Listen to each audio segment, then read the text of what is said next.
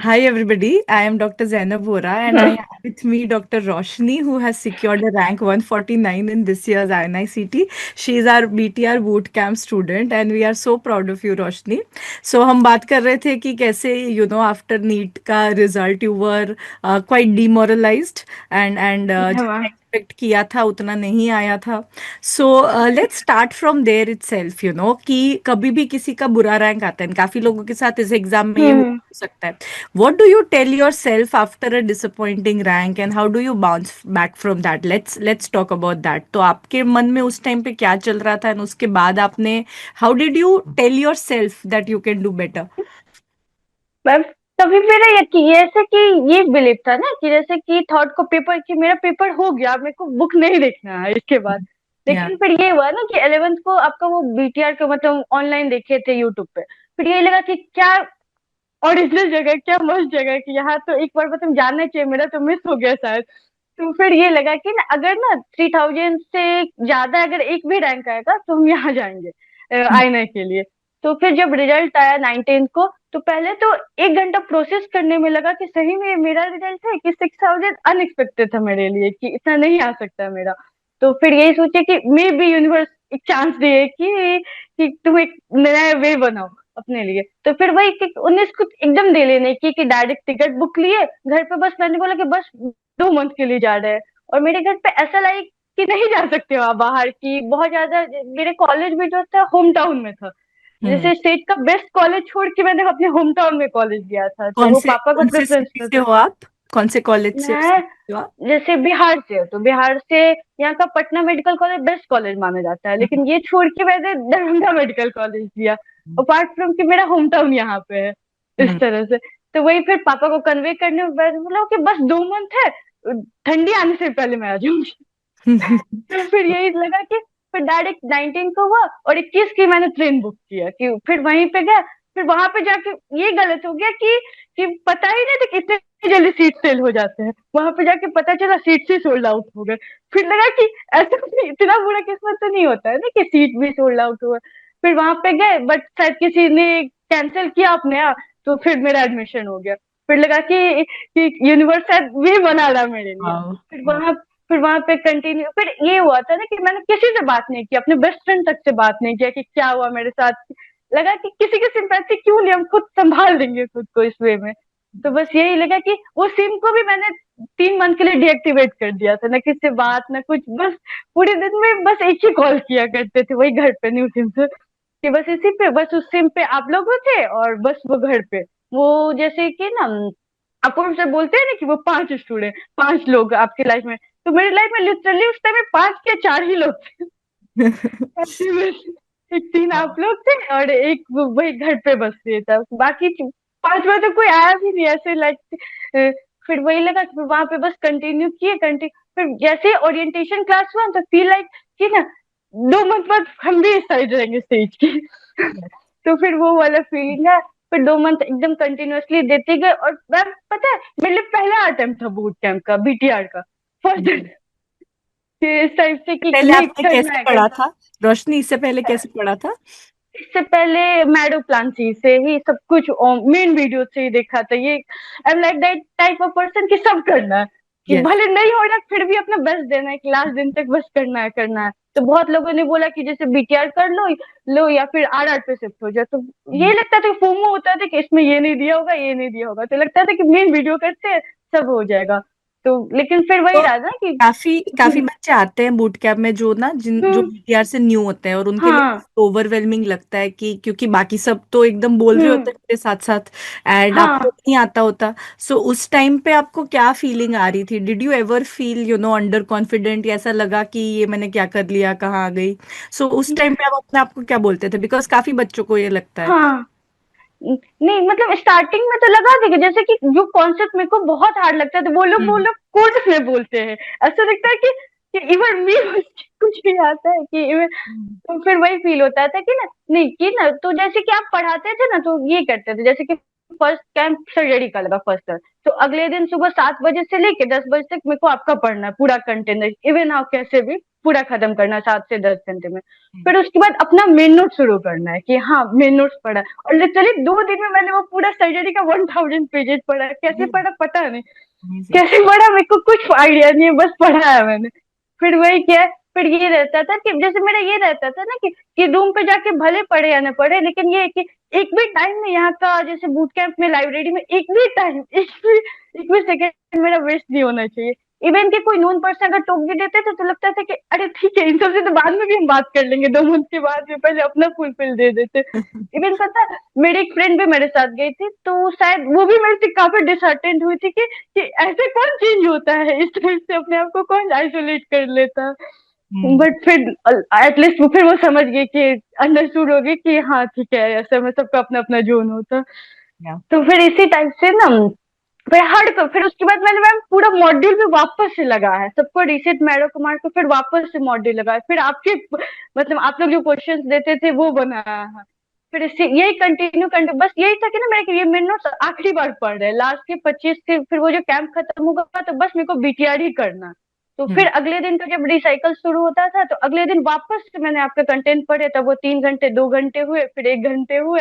इसी टाइप से वो कंटेंटर आप ऐसे करते थे कि जैसे कि पहले एक बार कर लिए उससे, फिर उसके बाद उसी 2 पेज को ब्लैंक पीडीएफ पे बोलना रहता था कि हाँ मेरे को ये पूरे अच्छे से याद है, कि जैसे इन बच्चों को कोप अप कर पाए, कि ताकि ये नहीं लगे कि हम लैग कर रहे हैं। कि यस। कोडर्स में तो तो एटलीस्ट लास्ट लास्ट तक जैसे अब दूसरे सब्जेक्ट के कहते थे तो कोडर्स में ये होता था कि अब मेरा भी ये रहता था कि मेरा भी आ रहा है बस कोडर्स में, बस आवाज कभी पहुंच नहीं पाई है। अमेजिंग। सो क्लास में आप लिखते थे कि सुनते थे? नहीं पूरा लिखे, एक एक पीडीएफ एनोटेट किए, एक कोई सो आप कोई लाइन भी। लिखते थे, अगले दिन एक्टिव रिकॉल करते थे, और फिर हाँ वो लिखा हुआ पीडीएफ पढ़ते थे? हाँ, इस अमेजिंग। टाइप से और इनफैक्ट फिर रिवीजन भी अनएनोटेड पीडीएफ से करते थे, जहां पे लगता था कि जरूरत है वहां एनोटेड बस देखे है, इस वेरी टाइप नाइस, से मतलब फीलिंग। पूरा एक्टिव रिकॉल करते थे और उसके बाद अपना हाँ पूरा सोर्स पढ़ते थे, ताकि जो भी एक्स्ट्रा है हाँ वो फटाफट से पता चल जाए, हाँ। उसके अब नहीं कुछ लिखना नहीं है।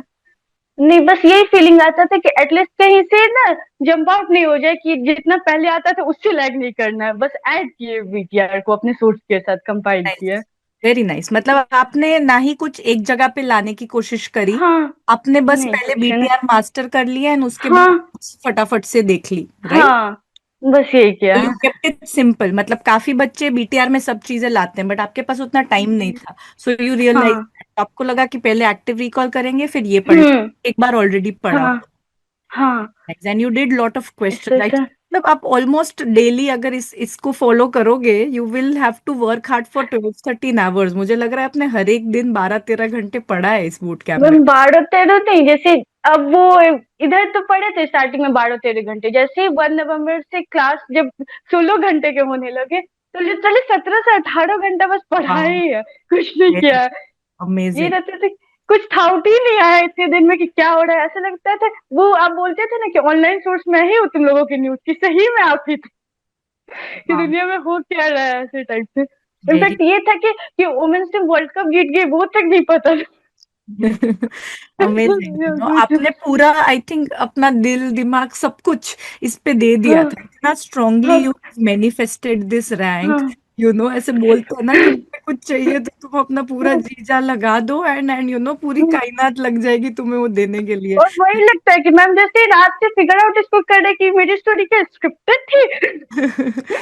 सो कि ऐसा आने के पहले भी कम आता तो मे भी हम इस फोकस से नहीं दे पाते आए ना, तो ये लगता है कि अब ये सब स्क्रिप्टेड ही है। बिल्कुल है ना, इट्स ऑल ये इट्स तो डेस्टिनी एंड इंटेंट है। अपूर सर हाँ बोलते हैं ना कि आपका इंटेंट प्योर होना हाँ, चाहिए।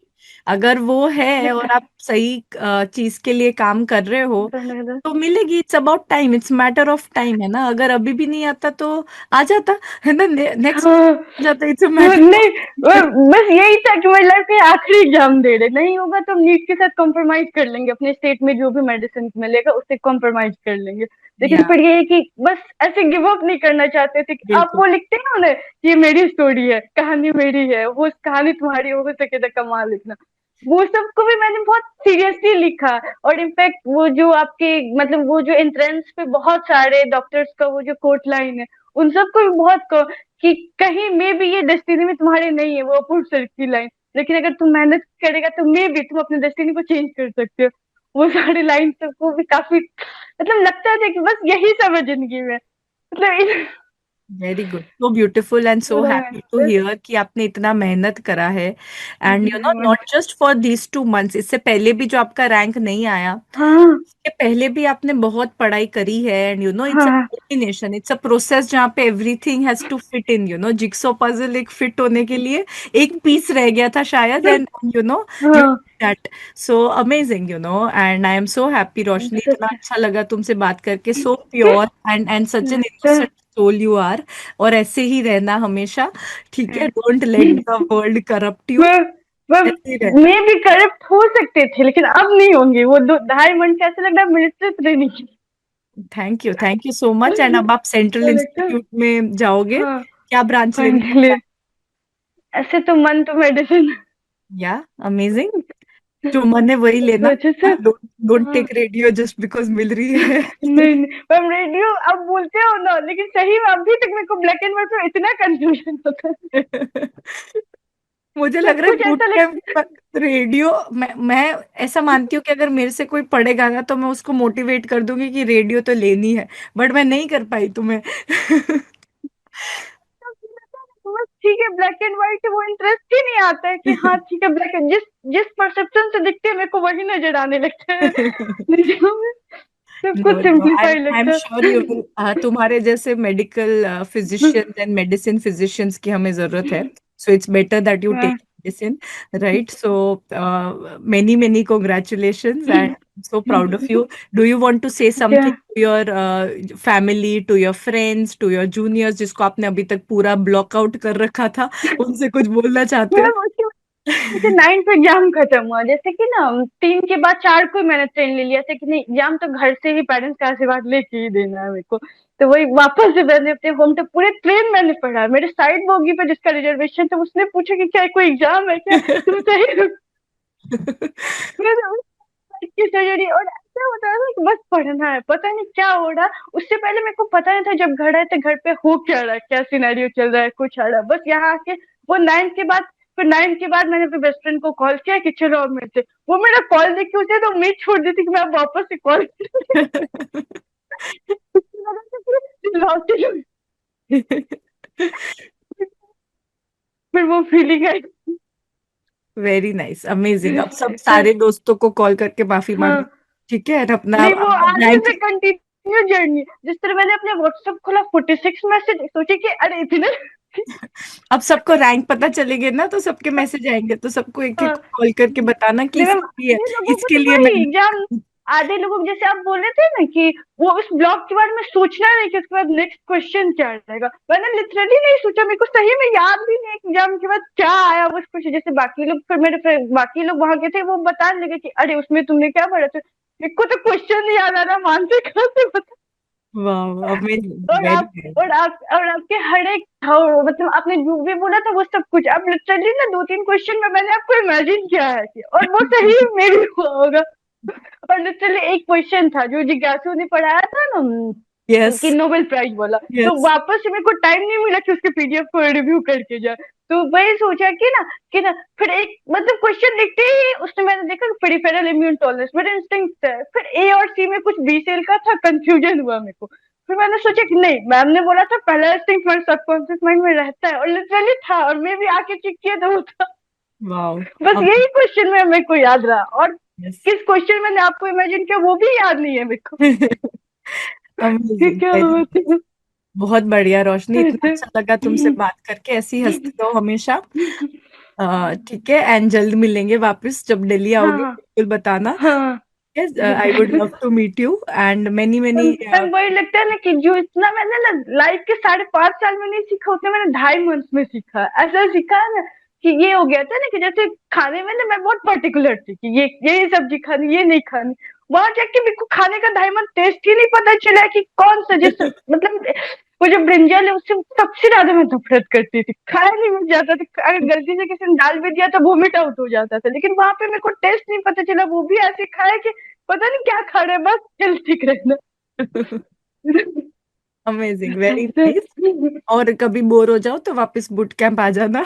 नहीं वापस आएंगे बस। अब now on the other side, now you are on the other side, तो बिल्कुल स्टूडेंट से बात करने, गाइड करने, हाँ यू आर हाँ, फ्री वो टू सब के लिए कम ठीक है। अब पता एनीटाइम। है जूनियर्स को ये बोलते हैं कि जूनियर्स या फिर जो भी फ्रेंड्स है जिसको लेफ्ट आउट 2.5 मंथ के लिए कर दिए, तो उसको बोलते हैं, अरे मतलब कुछ भी कॉन्सेप्ट नहीं समझ में आ रहा, मेरे को फोन करो, मैं पूरे टाइम खाली बैठी हूँ। जैसे ऐसा लगता है ना कि लाइफ का 17-18 घंटा डेली देने के बाद, अब पता, डेली लिटरली मैं 11 से 12 बजे उठती हूँ ताकि टाइम कट जाए। ऐसा फील आता है, सब कुछ ट्राई कर लिया वापस इस दुनिया में आने के लिए, लेकिन नहीं हो पा रहा है वो। हो जाएगा। This is also a world you want to enjoy before आप रेसिडेंसी में हाँ। घुस जाओ, है ना? तो थोड़ा टाइम ब्रेक लो, अब एंजॉय करो फैमिली के साथ। यस हम एंड ब्रेक में भूल गए कि टाइम कैसे स्पेंड करना था ना, या आई नो, आई नो। इस तरह से। ठीक है, thank you so much Roshni for thank you talking. Ma'am for everything, last दिन में थैंक आपको मैंने यही बोला था अब। Thank you so much and thank you ma'am for I everything. Will miss you, and ऐसे ही हंसते रहो हमेशा। सी यू सून। हम वापस मिलते हैं हम। बिल्कुल जल्द मिलेंगे। हाँ हाँ। ठीक है रोशनी, थैंक यू, ठीक है बाय। Ma'am, bye bye.